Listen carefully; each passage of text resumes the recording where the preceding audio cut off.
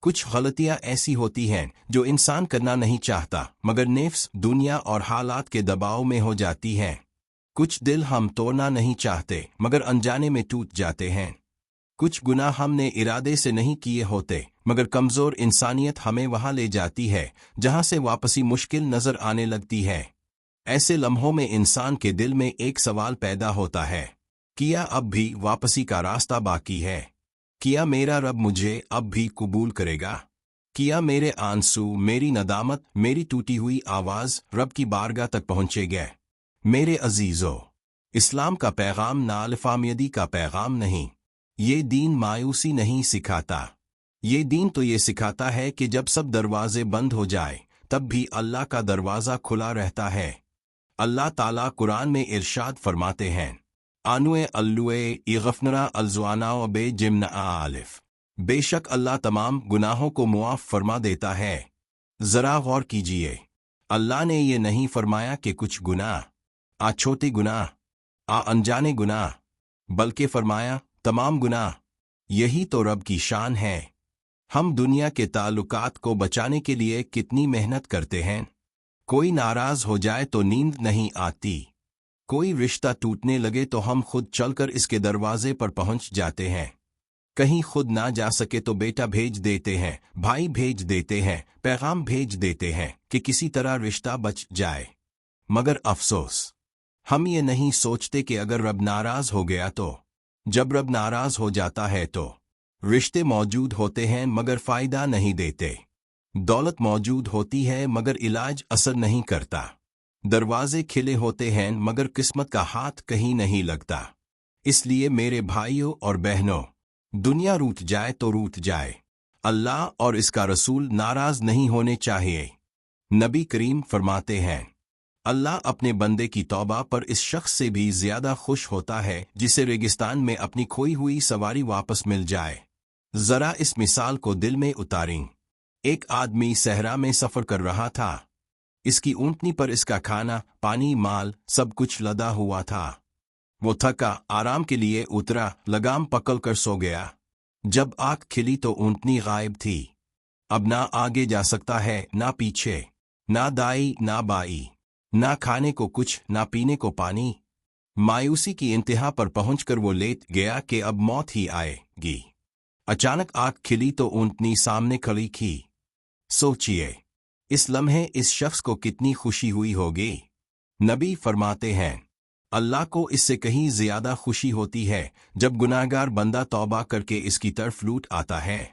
میرے عزیزو، اللہ گناہگاروں سے نفرت نہیں کرتا، وہ توبہ نہ کرنے والوں سے ناراض ہوتا ہے۔ مگر ہم کیا کرتے ہیں؟ ہم توبہ کو رسم بنا لیتے ہیں، الفاظ دہرا لیتے ہیں، دل نہیں بدلتے، آنکھیں نم کر لیتے ہیں مگر ارادے نہیں بدلتے۔ سچی توبہ یہ ہے کہ گناہ پر ندامت ہو، فوراً چھوڑ دیا جائے، دوبارہ نہ کرنے کا پختہ ارادہ ہو۔ اگر ساری رات رو کر بھی صبح وہی ایوٹ، وہی ظلم، وہی دھوکہ، وہی حرام، تو یہ توبہ نہیں، خود فریبی ہے۔ ایک اور بڑی بیماری جس نے ہمیں کھوکھلا کر دیا ہے وہ ہے بدگمانی۔ ہم دوسروں کے بارے میں فوراً فیصلہ کر لیتے ہیں۔ ہمیں کسی کا ایک منظر نظر آ جائے، ہم پوری کہانی خود بنا لیتے ہیں، حالانکہ ہمیں پوری حقیقت معلوم نہیں، ہمیں دلوں کا حال نہیں معلوم، ہمیں یہ نہیں معلوم کہ اللہ کس کے ساتھ کیا معاملہ کرنے والا ہے۔ بزرگان دین فرماتے ہیں، کسی کے ظاہر کو دیکھ کر فیصلہ نہ کرو، ہو سکتا ہے اس کا باطن تم سے زیادہ پاک ہو۔ حضرت حسن بصری کا واقعہ مشہور ہے۔ انہوں نے ایک شخص کو ایک عورت کے ساتھ بیٹھے دیکھا، پاس بوتل رکھی تھی۔ دل میں بدگمانی آئی۔ اسی وقت دریا میں ایک کشتی الٹ گئی۔ وہی شخص فوراً دریا میں کودا، ایک ایک کر کے سب کو بچایا۔ پھر معلوم ہوا وہ عورت اس کی ماں تھی۔ بوتل میں شراب نہیں، سرکہ تھا۔ حضرت حسن بصری پڑھے، فرمایا، میں نے اپنی سوچ پر توبہ کی۔ میرے عزیزو، ہم اپنی ہزار غلطیوں کے ساتھ اپنے اب سے محبت کرتے ہیں اور دوسرے کی ایک غلطی دیکھ کر اسے رد کر دیتے ہیں۔ اسلام ہمیں اچھا گمان سکھاتا ہے، کیونکہ اچھا گمان دل کو سکون دیتا ہے، ایمان کو مضبوط کرتا ہے، معاشرے کو جوڑتا ہے،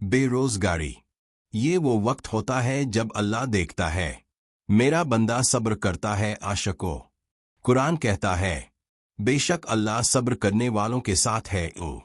صبر کا مطلب یہ نہیں کہ درد محسوس نہ ہو، صبر یہ ہے کہ زبان سے شکایت نہ نکلے، دل میں اللہ سے بدگمانی نہ آئے، جو آزمائش میں بھی اللہ کو نہ چھوڑے، اللہ اسے کبھی نہیں چھوڑتا۔ 5 لوگوں کے حقوق۔ صرف نماز کافی نہیں۔ ایک بہت بڑی غلط فہمی یہ ہے کہ ہم نماز پڑھتے ہیں بس کافی ہے۔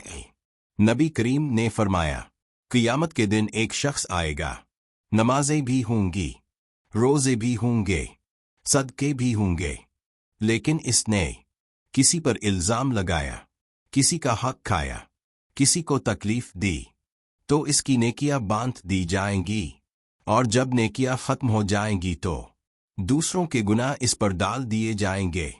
میرے عزیزو، اللہ کے حقوق معاف ہو سکتے ہیں، مگر بندوں کے حقوق مشکل ہوتے ہیں، اس لیے زبان سنبھالے، وعدہ پورا کرے، دھوکہ نہ دے، کسی کو حقیر نہ سمجھی، یہ سب اللہ کی رضا کے راستے ہیں۔ 6 خاموش نیکیاں اللہ کو بہت پسند ہیں۔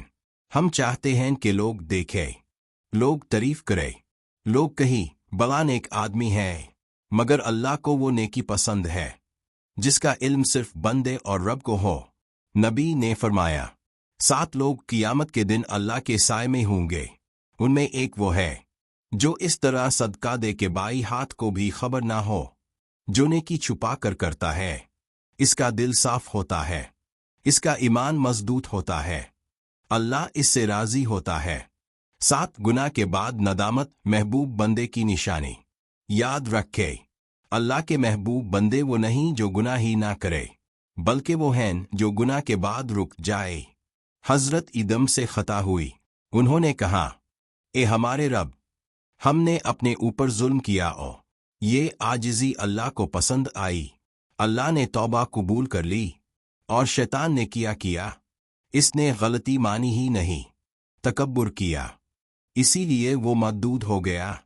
اگر کبھی گناہ ہو جائے فوراً رک جائے، اللہ سے معافی مانگے، خود کو بہتر بنانے کا فیصلہ کرے، یہی راستہ اللہ کی رضا کا ہے۔ اختتامی بات، میرے عزیزو، اللہ کی رضا کوئی ناممکن چیز نہیں، یہ بڑے بڑے کاموں سے نہیں ملتی، بلکہ سچائی، عاجزی، صبر، حلال اور خلوص سے ملتی ہے۔ اگر نیت ٹھیک ہو، اللہ خود راستے کھول دیتا ہے۔ میرے محترم بھائیوں اور بہنوں، حصہ اول میں ہم نے جانا کہ اللہ کی رحمت نالفامیدی سے بڑی ہے۔ حصہ دوم میں یہ سمجھا کہ اللہ کن بندوں سے راضی ہوتا ہے، اور آج ہم ایک اور نہایت اہم سوال پر غور کریں گے، اللہ کے نزدیک سب سے محبوب عمل کون سا ہے؟ یہ سوال اس لیے ضروری ہے کہ ہم میں سے اکثر لوگ بہت کچھ کرتے ہیں، مگر ہمیں یہ معلوم نہیں ہوتا کہ جو میں کر رہا ہوں کیا وہ واقعی اللہ کو پسند بھی ہے۔ یاد رکھیے، ہر نیکی اللہ کے ہاں برابر نہیں ہوتی، اور ہر عمل قبولیت نہیں پاتا۔ ایک محبوب عمل وہ ہے جو مستقل ہو۔ نبی کریم نے فرمایا اللہ کے نزدیک سب سے محبوب عمل وہ ہے جو ہمیشہ کیا جائے، چاہے وہ تھوڑا ہی کی نہ ہو۔ ہماری عادت کیا ہے؟ کبھی بہت جوش، کبھی بالکل خاموش، ایک دن لمبی نماز، پھر کئی دن غفلت۔ اللہ کو یہ مزاج پسند نہیں، اللہ کو وہ بندہ پسند ہے جو روز تھوڑا کرے مگر چھوڑے نہیں۔ 2 رکعت فجر کے بعد نفل، روز کا معمولی ذکر، روز کی تھوڑی سی تلاوت، یہ سب اللہ کے ہاں بہت قیمتی ہیں۔ یاد رکھے، تسلسل مقدار سے زیادہ اہم ہے۔ 2 دل کی صفائی سب سے بڑی عبادت۔ میرے عزیزو، اگر دل صاف نہ ہو تو نماز صرف حرکات بن جاتی ہے، روزہ صرف بھوک بن جاتا ہے، ذکر صرف زبان تک محدود رہ جاتا ہے۔ دل کو گندا کرنے والی چیزیں حسد، کینہ، بغض، تکبر، نفرت۔ نبی کریم نے فرمایا تم سے پہلے لوگوں کو حسد اور بغض نے تباہ کیا۔ ایک صحاب کے بارے میں نبی نے فرمایا یہ جنتی ہے،